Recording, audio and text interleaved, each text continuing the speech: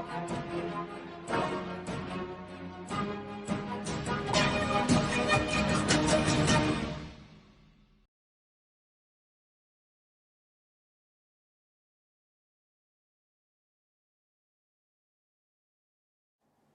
students, welcome to EPG Pathshala.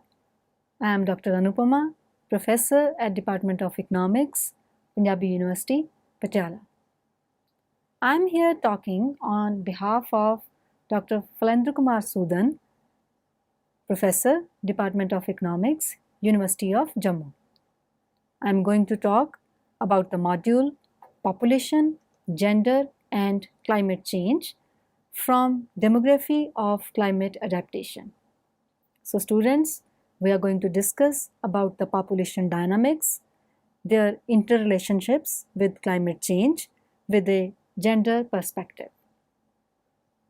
Climate change is one of the most pressing issues of our time.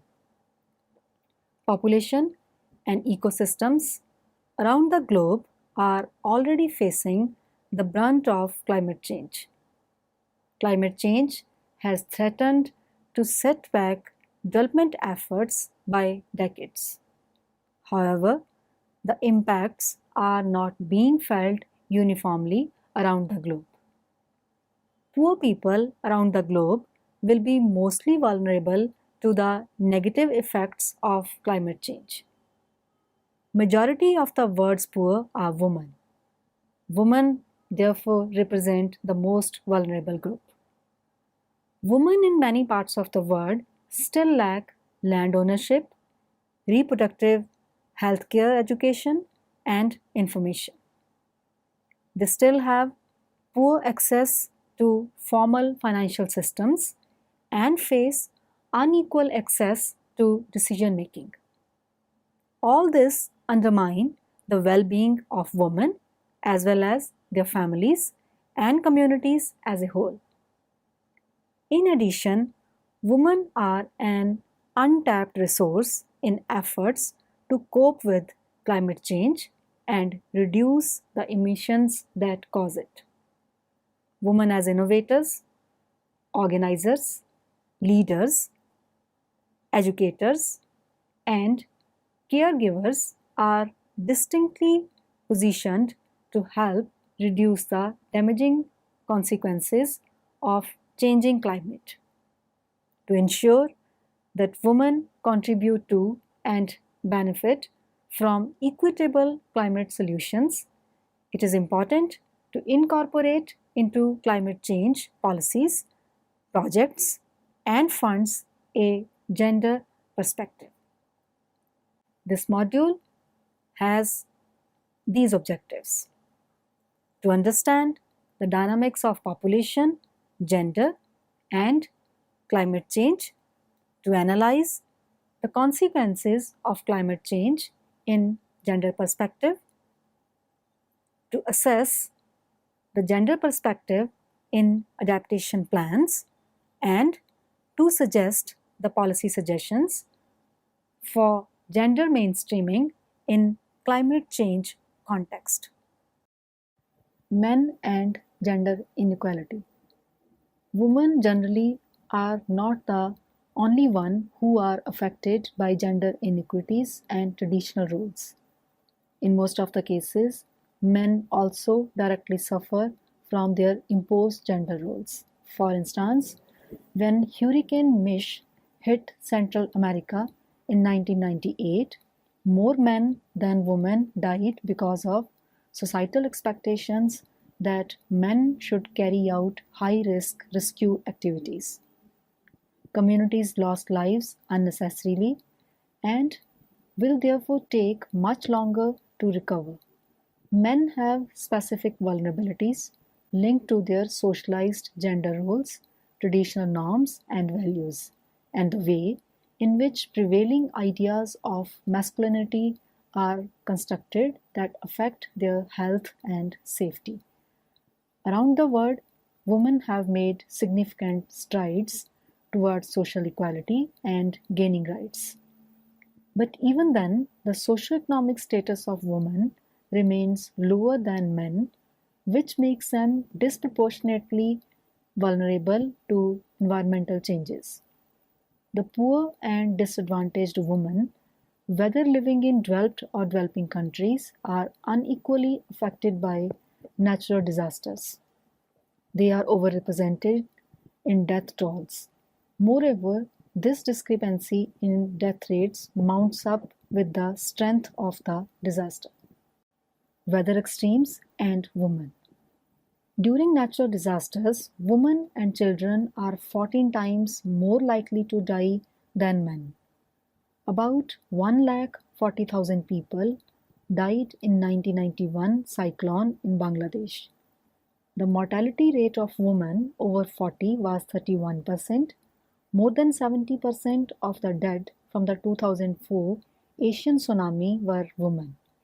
The 2005 Hurricane Katrina, which struck New Orleans, USA, primarily affected African American women who happen to be region's poorest, most marginalized community.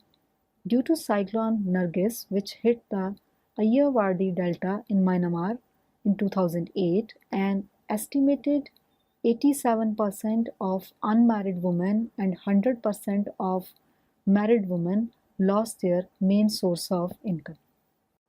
Population dynamics, gender, and climate change. By 2050, world population is projected to grow from the present 6.7 billion to between 8 and 10.5 billion. The major proportion of this growth is expected to be concentrated in urban and coastal population. The poor are already highly vulnerable to the impacts of climate change. Population growth usually implies increased emissions. However, the emissions patterns and energy use is also affected by demographic factors such as household size, age structure of the population, and urbanization. Moreover, unsustainable pattern of consumption and per capita emissions are generally much higher in rich and industrialized countries. Thus, it shows that population is not just about numbers, rather, it's about people. The policies primarily affecting population trends such as more educational opportunities for girls, greater economic opportunities for women, and expanded access to reproductive health and family planning can be helpful in reducing the vulnerability to climate change impacts, slowing the growth of greenhouse gas emissions, and ensuring adequate energy and sustainable development for all. The consequences of climate change. Climate change impacts on women are numerous. For developing effective gender-sensitive policies and programs, an understanding of the interconnection between climate change, sustainable development, and population issues is important. Hence, first of all, discuss the catalysts of change. Women play a paramount role in managing, conserving, and using natural resources in many parts of the world. Women are primarily responsible for growing food and collecting water and fuel wood. This has made them aware of their environment and the overwhelming effects of deforestation, desertification, and other forms of environmental degradation.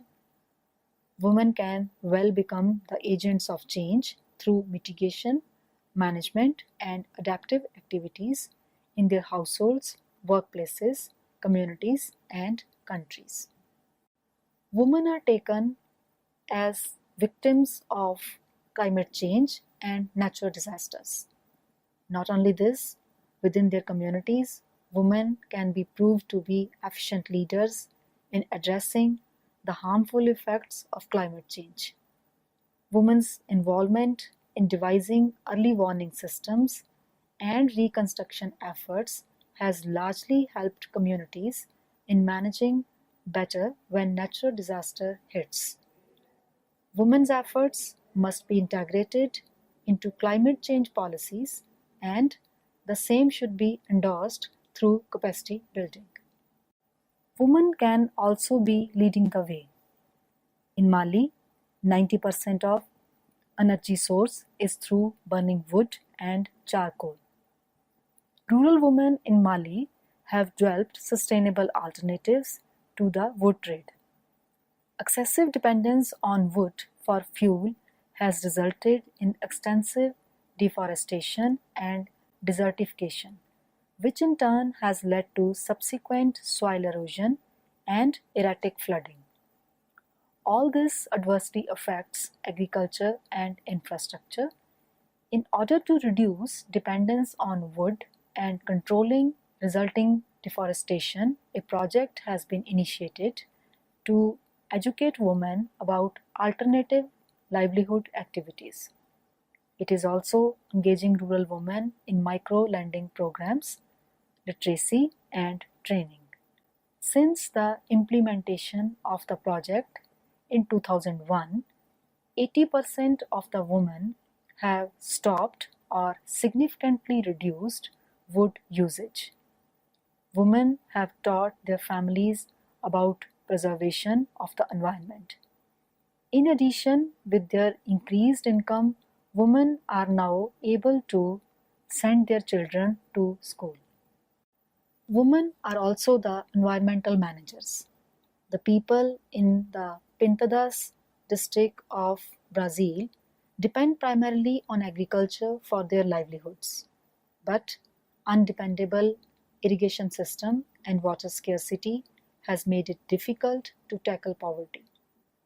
In order to tackle these problems, a collaborative partnership of organizations developed a small-scale irrigation project. This project has been piloted by South-North Network. The project was intended to educate women and men about better water management and irrigation techniques and exploiting solar power. Through Pintadas Women Association, a woman was selected to lead the initiative in changing the face of decision making. Now, women are empowered with technical know-how so that they can manage and adapt new agricultural systems. Now people in Pintadas are able to deal with climate change and drought. Moreover, food security, water management, and income generation have also improved in this district. Women against environmental destruction. In India, a women-led environmental movement, namely the Sholi Gram Samaj Mandal, has been successfully protecting and managing the environment for past 4 decades. Women in rural areas are heavily dependent on the local forest for water, fodder, and firewood, all of which are threatened by climate change and natural disasters. Considering natural resource conservation as a matter for community concern, the women shoulder men as partners.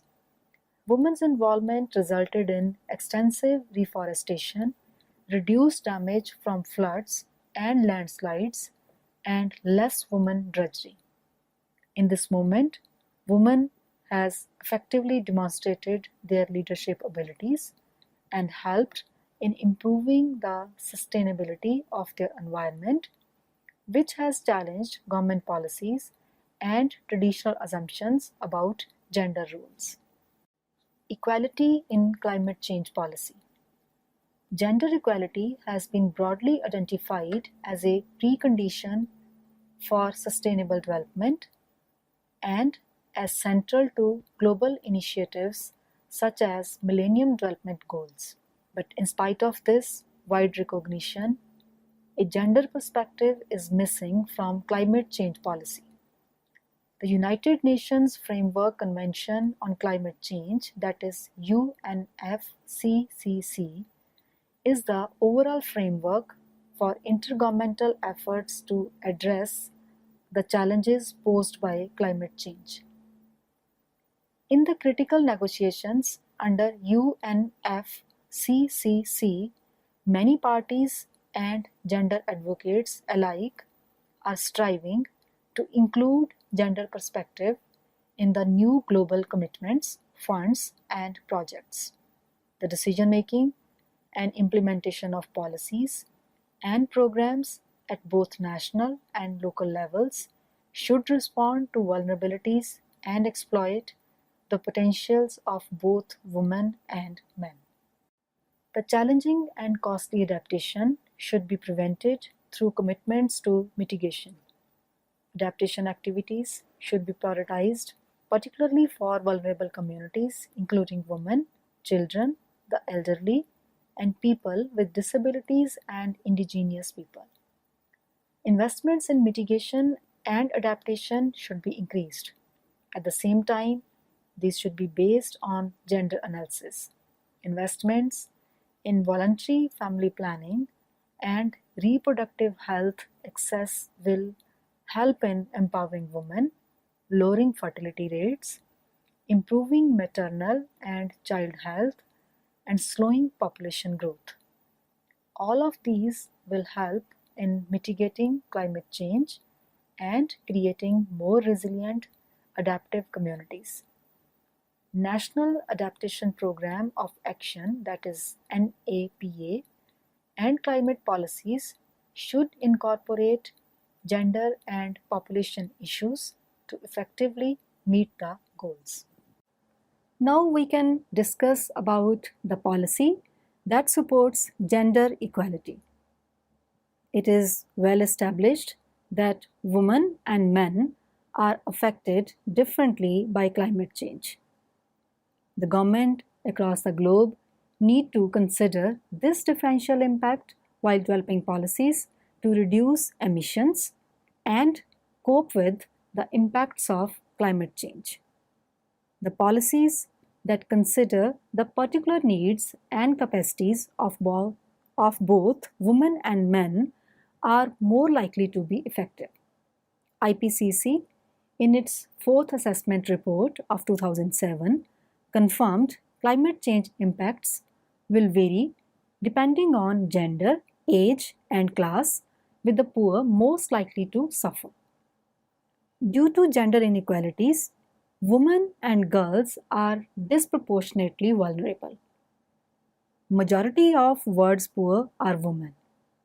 They are generally responsible for household food production, family health and nutrition, and management of natural resources, the sectors that are particularly sensitive to climate change.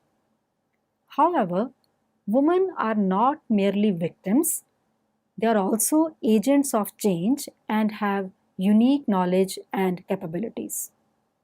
To ensure inclusion of gender perspective in climate change policies, it is important to solicit and encourage their leadership to address climate change and inform, without which climate policies could be ineffective. Supporting the human rights. The 1994 International Conference on Population and Development, that is ICPD Program of Action, acknowledged advancing gender equality, eliminating violence against women, and ensuring women's ability to control their fertility as the cornerstones of population and development policies. As such, it remains an extremely relevant framework when considering climate change policies.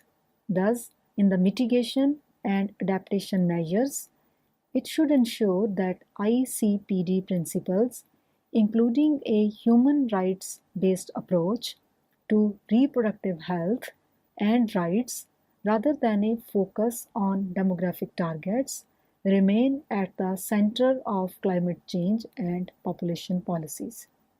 Population issues, human rights, sustainable development, climate change, and disaster planning are addressed in various international agreements and mechanisms. They together provide a framework of rights and commitments that support the incorporation of gender perspective in national climate change policies and legislation. Designing and implementing policies in a complementary fashion increases their efficacy as well as their funding potential. The precise linkage between sustainable development and the rights of all people and communities has direct implications for climate change related risks and paves the way for full participation of women in all aspects of action to tackle them. Now let us have a look upon national policy mechanisms. The international framework is used by national governments to craft their own climate change policy. Integration into existing development strategies, along with additional financial support, is the key to success.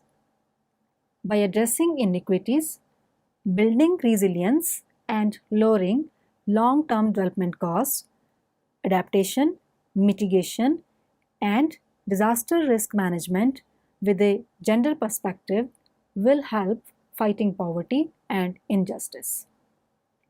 There are 4 mechanisms for national action. National Adaptation Programs of Action, that is NAPAs. NAPAs are the medium for least developed countries to recognize, prioritize, and fund their most urgent climate change adaptation needs through the United Nations Framework Convention on Climate Change. The guidelines state that NAPAs should recognize the fact that some climate change impacts are gender specific and should be participatory and involve both women and men at grassroots level. In spite of this recognition, the incorporation of gender and reproductive health issues into NAPAs has been weak in practice. The second one is Poverty Reduction Strategy. Poverty Reduction Strategies, or PRS, is a process designed to be a country-driven and participatory.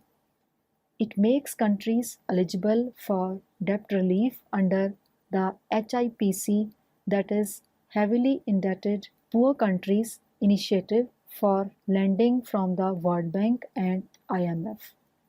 But it is held that PRS process lacks clear institutional framework for participation of civil society, which ultimately has led to the exclusion of women, indigenous groups, and rural communities.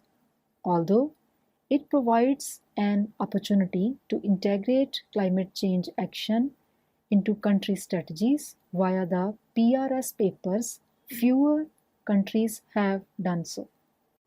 The third one is national communications.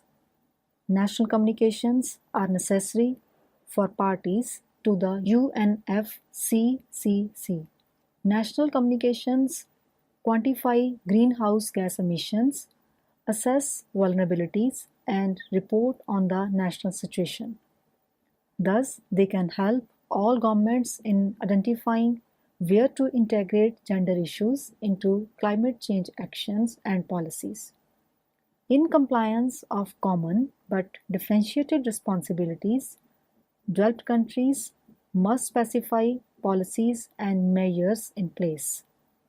This would make the communication a potential medium to showcase the integration of climate change with gender and population issues in these countries. The fourth one are national mitigation plans. National mitigation plans to achieve reduction in greenhouse gas emissions should involve activities which address sustainable development priorities and situations of each developing country. Mitigation plans can incorporate agriculture, sustainable forestry, and resource use. These indirectly affect women's livelihoods and thus can help in improving agriculture productivity as well as resilience to climate change impact and can contribute to food security, sustainable development, and adaptation. Now it is important that we should be making NAPAs work for women. Countries across the globe are awakening to the idea that coping with climate change requires a rapid response for avoiding worst consequences. Developing world is expected to hit hardest by its negative consequences, where it is already undermining development gains. Majority of the poor are women. They are primarily responsible for caretaking of families and experiencing adverse effects of increased natural disasters and changes in their environment. National Adaptation Programs of Action, that is NAPAs. United Nations Framework Convention on Climate Change, that is UNFCCC, in response to the current realities of climate change, started the process of National Adaptation Program of Action, that is NAPAs, to assist countries already stressed with and most at risk from climate change impacts. The most important function of the UNFCCC is to facilitate countries' reduction of greenhouse gases, which is primary contributor to climate change. However, the adaptation needs of the least developed countries are equally urgent. Any kind of delay in reaction could significantly increase LDC's vulnerability as well as the future costs of taking action. NAPAs were the mechanisms by which LDCs assess their urgent climate change adaptation needs and prioritize actions to meet them. NAPAs contain a list of ranked priority adaptation activities and projects with short profile of each to help in the development of proposals for implementation. NAPA activities help the communities most susceptible to the effects of changing climate. It is therefore important that gender inequalities are addressed and women's priorities and concerns are included in the NAPAs. This will help LDCs to keep their development efforts on track. It can also help them in dealing climate change impacts effectively and efficiently. NAPA Preparation Guidelines. The guidelines for NAPA preparation put together by the LDC expert group assert that the process should be participatory. The national level team should consist of a lead agency and representatives of stakeholders, including government agencies and civil society. People at the grassroots level should be included as they can give information on existing coping strategies. People at the grassroots level are also the most affected by climate change. Their involvement can ensure potential benefits for them from NAPA activities. In view of the fact that climate change affects women and men differentially and in most cases affects disproportionately women, the guidelines also emphasize the importance of gender equality. Now the question is how NAPAs are funded. The NAPA preparation and implementation is mainly funded by the Least Developed Countries Fund, that is LDCF of the UNFCCC, which is administered by Global Environment Facility or GEF. The bulk of the funds are reserved for project implementation.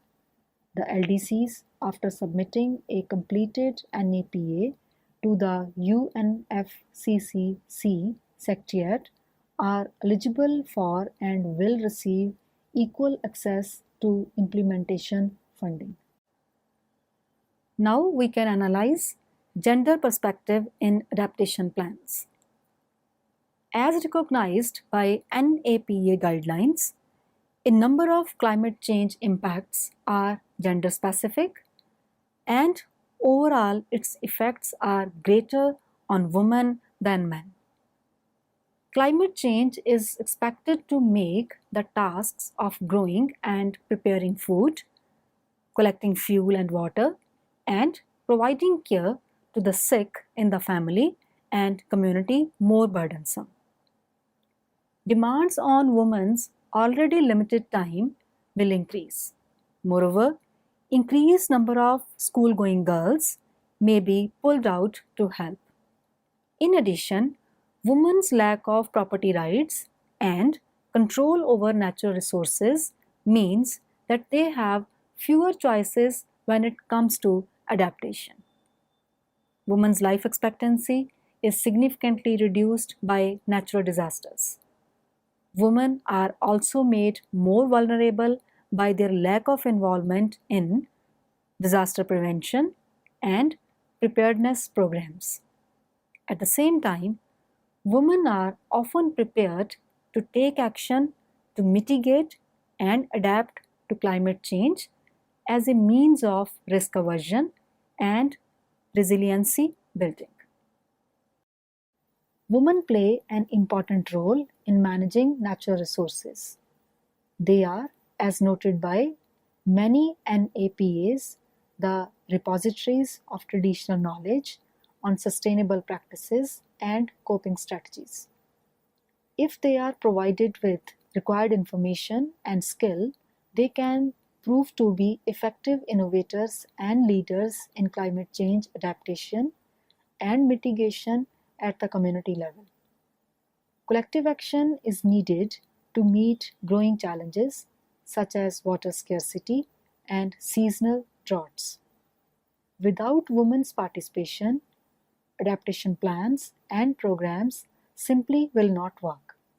Women's participation should be ensured from initial consultations through all levels of decision making and implementation. It should also ensure that their knowledge is utilized and that projects establish realistic goals. The policy suggestions.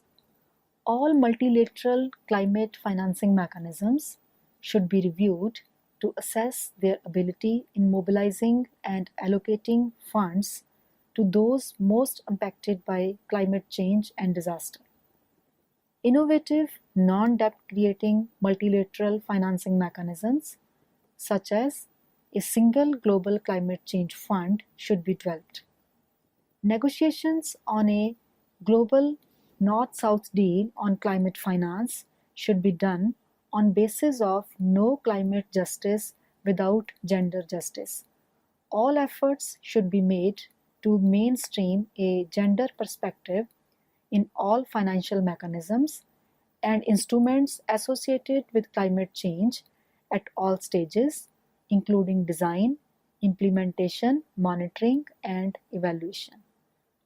At national and international levels, gender budgets and gender accounting for climate change projects and programs should be implemented. Financing mechanisms with guidelines, targets, capacity building, and technology transfer should be encouraged that support sustainable forest practices in developing countries and make provisions for vulnerable populations and participatory decision making, including for women. Climate change adaptation and mitigation financing should be situated within the broader context of development financing and development goals. Disaggregated socioeconomic data should be collected to ensure funds to meet targets. Developed countries should apply the principle of polluter pays and common but differentiated, but by extending compensatory and reparative finance to developing countries to fund climate change mitigation and adaptation efforts. Developed countries should commit to strong regulatory emissions reduction targets rather than voluntary market-based initiatives, generally excluding the poor. Developed countries should assist developing countries to build eco-friendly and gender-sensitive adaptation and mitigation policies and programs and engage in the same at home. The external debts of poor countries should be cancelled by developed countries to free up resources for mitigation and adaptation. So students, let us sum up what we have learned from this module.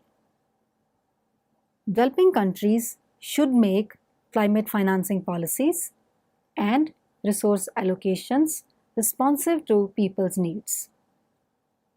Developing countries, by following a participatory approach, should ensure equal access to climate change financing by women.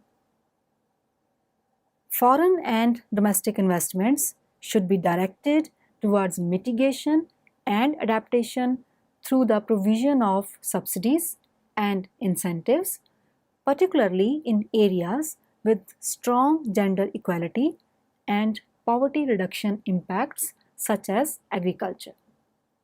UNFCCC should engage in a systematic progress of gender mainstreaming and invest in specialized research on gender and climate change. It should utilize disaggregated indicators to observe the impact of adaptation and mitigation funds and conduct gender review of all funding mechanisms.